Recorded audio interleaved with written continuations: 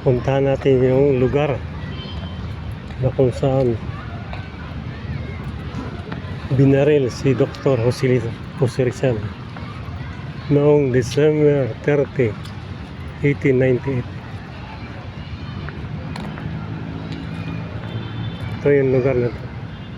Dito yung daan. Nandito yung martyrdom of Dr. Jose Rizal. Papunta rito.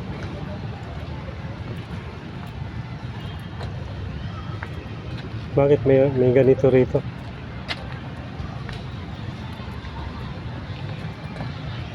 Yun doon.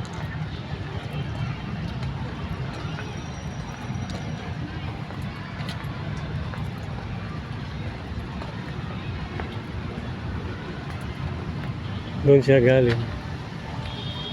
Dinala siya rito.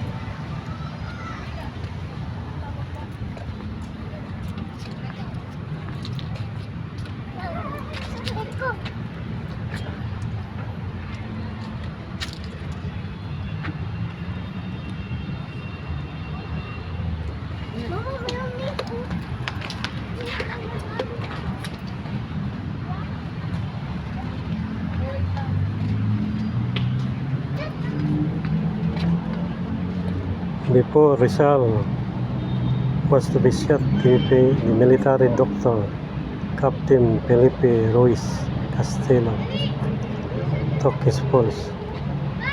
It was his great surprise to find out that Rizal was normal, to which Rizal addressed, "I have no fear to die because I have no fault."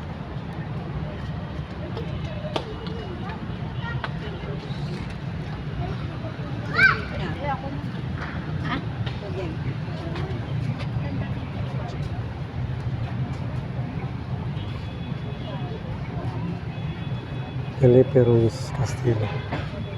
Ito pala si Dr. Captain Felipe Ruiz Castelo.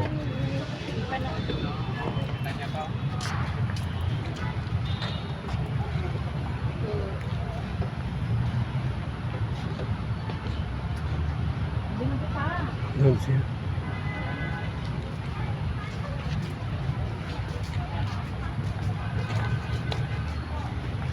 Si Rizal kung saan siya namatay, pinatay. Ang masama lang yon, yung bumaril sa kanya ay kapwa niya Pilipino,